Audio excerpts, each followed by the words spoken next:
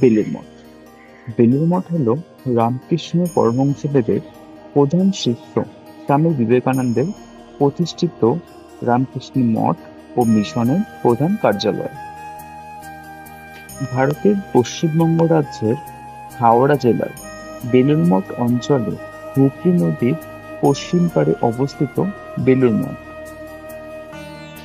এই বেলুড় মঠ 40 একর জমির ওপর অবস্থিত।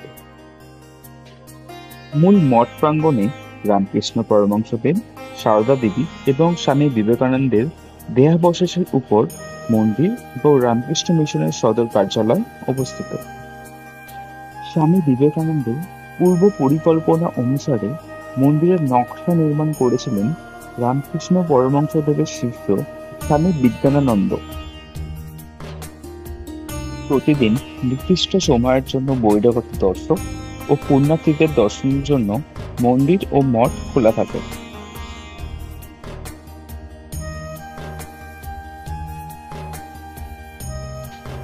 দেশ ও বিদেশ থেকে প্রতিদিন বহু মানুষ এই মন্দির দর্শন এবং শ্রদ্ধা নিবেদন করতে আসেন।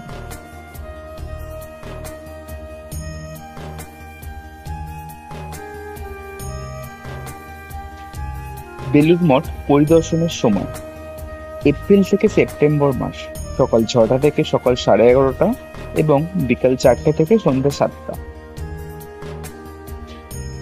এবং অক্টোবর থেকে মার্চ মাস সকাল 6:30 থেকে সকাল 11:30 এবং দুপুর 3:30 থেকে সন্ধ্যে 6টা। প্রতিদিন সন্ধ্যার আরতি শুরু হওয়ার সময় একটি বিশেষ ঘণ্টা বাজানো হয়। তারপর দর্শকেরা শ্রী রামকৃষ্ণের মূল মন্দিরে এসে বসেন এবং বাইরে কাউকে ঘোরাঘুরি করার অনুমতি দেওয়া হয় না।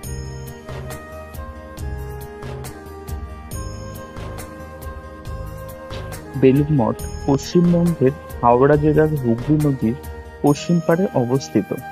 যে কোনো স্থান থেকে হাওড়া বাস স্ট্যান্ড এসে সেখান থেকে বেলুড় মঠের বাসে করে আপনারা বেলুড় মঠ আসতে পারেন, এবং আপনারা দক্ষিণেশ্বর থেকেও স্টিমারের মাধ্যমে আপনারা বেলুড় মঠ আসতে পারেন। হাওড়া ব্রিজ থেকে বেলুড় মঠের দূরত্ব 6 কিলোমিটার। নিজস্ব বাহনে এলে সময় লাগবে 20 মিনিটের কাছাকাছি। ভিডিওটি যদি আপনাদের ভালো লেগে থাকে তাহলে লাইক করে দেবেন, আর এরকম ভিডিও যদি আপনি আরো দেখতে চান তাহলে আপনার চ্যানেলটিকে সাবস্ক্রাইব করে রাখবেন। ধন্যবাদ।